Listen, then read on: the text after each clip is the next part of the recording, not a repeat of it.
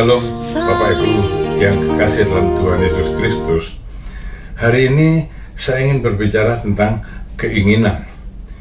Di dalam Keluaran pasal 20 ayat yang ke-17, hukum ke-10 dikatakan, jangan mengingini rumah sesamamu, jangan mengingini istrinya atau hambanya laki-laki atau hambanya perempuan atau lembunya atau keledainya atau apapun yang dipunyai sesamamu. Saudara-saudara, sebetulnya keinginan itu sendiri tidak jahat. Keinginan itu adalah anugerah Tuhan yang hanya dimiliki oleh manusia. Binatang tidak punya keinginan. Manusia punya keinginan. Karena manusia kan diciptakan dalam peta dan gambar Allah. Punya keinginan. Keinginan untuk bersekutu dengan Allah. Keinginan untuk mengasihi. Keinginan untuk mempertahankan kehidupan, keinginan untuk menikah, keinginan untuk mempunyai anak, keinginan untuk bekerja, keinginan untuk dan sebagainya tak terbatas. Keinginan itu ya karena itu anugerah Allah yang tidak jahat, ya itu baik. Keinginan untuk sehat itu baik.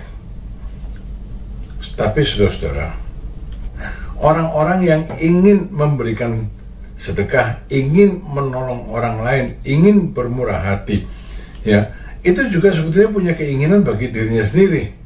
Apa? Ingin mendapatkan pahala di kemudian hari, ingin mendapatkan berkat karena ada janji Tuhan, yang bermurah hati akan mendapat kemurahan, ingin diberkati sampai ke anak cucu.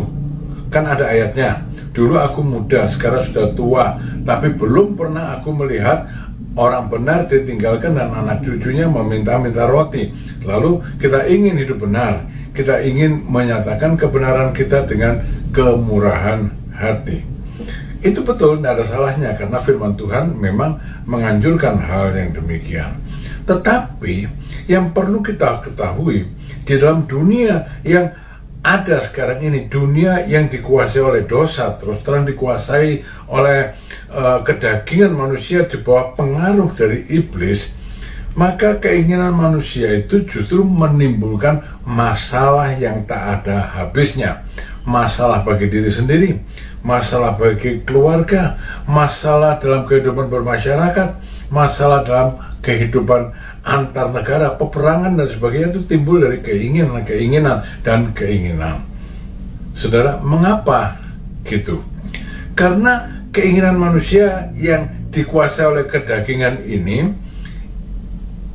ya itu diwarnai, dimonopoli oleh rasa iri hati dan serakah, hawa nafsu, dan yang paling parah, bila keinginan itu betul-betul dikuasai setan, adalah ingin menghancurkan siapa saja yang dianggap menghalangi keinginannya. Saudara-saudara, kalau kita mau melihat dengan teliti keadaan di sekitar kita, semua kekacauan, semua masalah yang terjadi, sumbernya adalah keinginan. Keinginan yang dikuasai oleh kedagingan, iri hati, dan keserakahan. Perkosaan, pencurian, perampokan, pembunuhan, dan sebagainya. Saudara-saudara, baiklah kita waspada. Ya, keinginan tidak boleh dituruti. Ya, keinginan tidak boleh dibiarkan tanpa kendali. Keinginan harus dikendalikan, apalagi bagi kita sebagai orang Kristen. Kepada umat Allah dulu, Tuhan bilang, jangan mengingini rumah sesamamu, jangan mengingini istrinya atau hambanya laki-laki, atau hambanya perempuan, atau lembunya, atau keledainya, atau apapun juga yang dipunyai sesamamu. Artinya, orang lain punya ya sudah, jangan menginginkan milik orang lain. Kamu nikmati apa yang kamu miliki. Saudara, ada satu nasihat dari Rasul Paulus yang saya rasa pas untuk mengendalikan keinginan ini, adalah mencukupkan diri dengan apa yang ada, tidak menginginkan milik orang lain. Keinginan kita harus dikuduskan di dalam Roh Kudus, di dalam kehendak Allah. Itu yang harus kita lakukan. dengan kekuatan dan pimpinan Roh Kudus, dengan pimpinan firman Allah. Taklukkanlah keinginan daging, taklukkanlah keinginan berdosa dari sejak awal. Dari sejak awal itu apa? Dari waktu menjadi keinginan, belum dilakukan, baru muncul di pikiran. Taklukkanlah, taatilah hukum yang ke-10. Maka saudara, keinginan itu membawa kita lebih dekat pada Tuhan.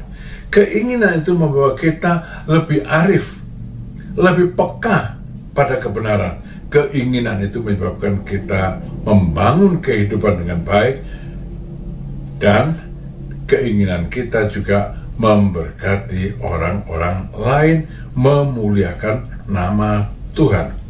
Saudara, Tuhan memperhatikan keinginan orang yang hidup dalam kebenaran. Ya, Tuhan menjawab doa, mengabulkan keinginan orang-orang yang hidup dalam persekutuan dengan Tuhan Yesus, hidup di dalam Tuhan Yesus, dan firman Tuhan ada di dalam hidupnya. Maksudnya firman Tuhan itu dilakukan, diamalkan dalam kehidupannya. Jadi bagaimana? Miliki keinginan yang kudus, jauhkan keinginan yang berdosa.